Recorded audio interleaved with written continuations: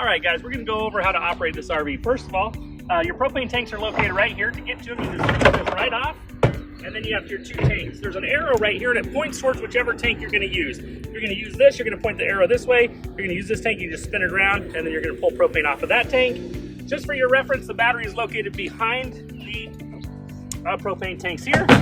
Also, this is a large pop-out. It's the hybrid trailer. So this is gonna fold out. Just make sure you're unhooked from your vehicle. You don't wanna drop this down and hit your tailgate or hit the back of your car. Also on the side here, on the bottom, there are your stabilizer jacks. They're just located right there. They're inside this compartment. It's just a little hand crank. You just crank them down. They just touch the ground. They just stabilize the RV so it's less wobbly when you're walking inside. This is a large storage compartment. This is where you're gonna find all of our gear. The water hose, the sewer hose, the power cord. Just make sure we get our gear back. There is a large awning. You guys can use the awning. We just recommend that if you're not sitting underneath it, have it closed. Don't go to bed with it out. If there's windy or stormy, close it up. It's not for protection against the rain or anything like that. So close it. They can rip and tear easily, or these arms are just made out of aluminum, so they don't support a ton of weight. Also, you have your stairs right here. To get to the stairs, you just reach under. You're gonna lift them up and pull them out, and then they drop down.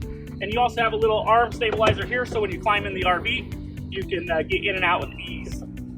Right here on the RV is an outlet. Just make sure these won't run unless you have park power plugged in or you're running a generator. And then next to this is an exhaust vent. This can get hot, so make sure you don't put any gear or a tent or anything leaning against RV. As we come around, the rear has another stabilizer. We just obviously need you to raise those up before you drive away. We've had a few people leave them down and then they bend them and they have to replace the jacks. So make sure those are all up before you drive away. Here's your rear pop out. We're gonna go over how to operate this on the other side. They're pretty simple, but once again, they stick out a pretty decent distance, so don't back up to a tree and then try to lower it or anything. Leave yourself plenty of room. As we come around, this is your shore cord power. This is where you're gonna plug in the generator or plug in at the RV park. You just screw it on, and then the other one's gonna plug in at the park or into the generator. Once again, you have your stabilizer jacks, and then this is the dump area. There's a black valve and a gray valve. Inside the storage compartment is a sewer hose. You just unscrew this cap, you're gonna put the sewer hose on, and then it goes into the ground at the dump station. You'll pull the black lever first. It'll just drain out, it's the sewage. And then you pull the gray water, that's the shower water, dirty sink water, all that kind of stuff, and it kind of cleans out that hose. Now what I want to show you is how to operate this. It's pretty simple. All you do is you're going to get this latch right here, you pop it down like this. You're going to do the same thing on the other side. Make sure you take one hand here to brace it so you can hold it as it comes down. And then you just drop it just like this. And then the rest of the process happens from inside the RV. When we go in there, I'm going to show you how to set this up. As we come around, we have a couple more things here. We have our water fill and our tank flush. If you are at an RV park, you're gonna go with the city water connection right here. What happens is when you plug in with city water, it's gonna pressurize the system. You don't have to turn the pump on or anything. You're just gonna run straight off city water. This one right here is if you're dry camping. You just unscrew the cap. You're gonna put your garden hose in. You're gonna fill it up. It'll fill up the water tank that's on the trailer, and then you'll have water with you as you travel. And then lastly, the orange one is for dumping. This flushes out the black water tank. So make sure you do not add any water or turn this on without having the black tank valve open. You don't want to flood the inside of the RV or anything, so you always must have the black tank open, the black valve open, when adding water through this to clean out the sewer tank.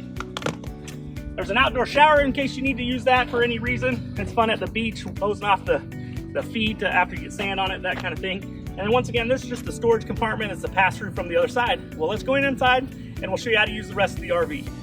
All right, guys, we're gonna go over the interior of the RV. Right here, this switch right here controls the lights on the awning, on the exterior of the RV, and then this is the awning control in and out. You do have some outlets all throughout this RV. Just make sure that anytime you're using an outlet or trying to use an outlet, you have park power or you're running a generator. There's also a couple USB outlets down here that you can use. The tent canvas goes out. As you can see, this gets a lot more expansive inside with everything open. The table right here also converts into a bed. To do that, you just remove the two poles, and then this tabletop is going to sit right here on that little ledge on each side, and then you're going to take the back two cushions and you're going to put those on top of the table, and that's what helps make the cushions for the bed. We have a air conditioning unit on this guy. It's right here. Just remember, once again, if you're running the air conditioner, you need a generator running or plugged into the park. That also the microwave, any major appliance. These lights in here are super simple. There's a button in the center of the light. To operate the light, you just push the center of the light switch, and there's a little button that clicks, and then it'll be on. Those are all throughout the RV here. Every light is independent, so you just reach up and turn them on as you go. You have the 2 top burner here for cooking. You also have a microwave here, so you can use that. Once again, generator needs to be running. We're going to go over how to operate the refrigerator. There are 2 buttons. There's an on-off button, and then there's a gas button. If you're dry camping, you're going to run it on gas, and to run it on gas, you're going to have the button out. If you're going to go stay at an RV park or anything like that, you'll go ahead and run it on auto mode, and it'll automatically switch between gas and electric. So gas while you're driving, and then once you plug into the park, it'll switch over and convert into the electric from the park power. We're going to go over how to operate the pop out here. There's a rib in the interior that pushes out on the canvas, and then this is kind of like a T that taps into it to hold up the canvas. To operate this, you just pull it out of like this. You can see the rib kind of drops down a little bit, so when you're first putting it up, we recommend you plug it in just like that, push it in, then you're gonna slide this out, and as you can see, it raises the canvas, and then this part snaps right into the roof. Now here's a little pro tip. There's 2 buttons. The bottom button operates the top, so don't slide them both through, just do the top one, and then when you're going to take it off, push the bottom one, and it'll come right down. So they work together. The heater for the RV is located right here. To run the heat, you're going to click it on, and then the temperature control is underneath.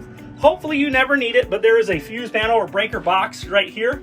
That would be, say you were running a hair dryer or something and something tripped, that would be it. Or there's also a GFI outlet, and you may need to reset that if some of the outlets aren't working or something. Maybe your hair dryer popped the GFI outlet, and that's located inside the bathroom next to the sink. On this back wall right here is some controls. It has the water pump button. It has your tank level gauges for your gray, your black, and your battery button. So those are just guides. They're not 100% accurate, but sometimes they can give you an idea of where you're at.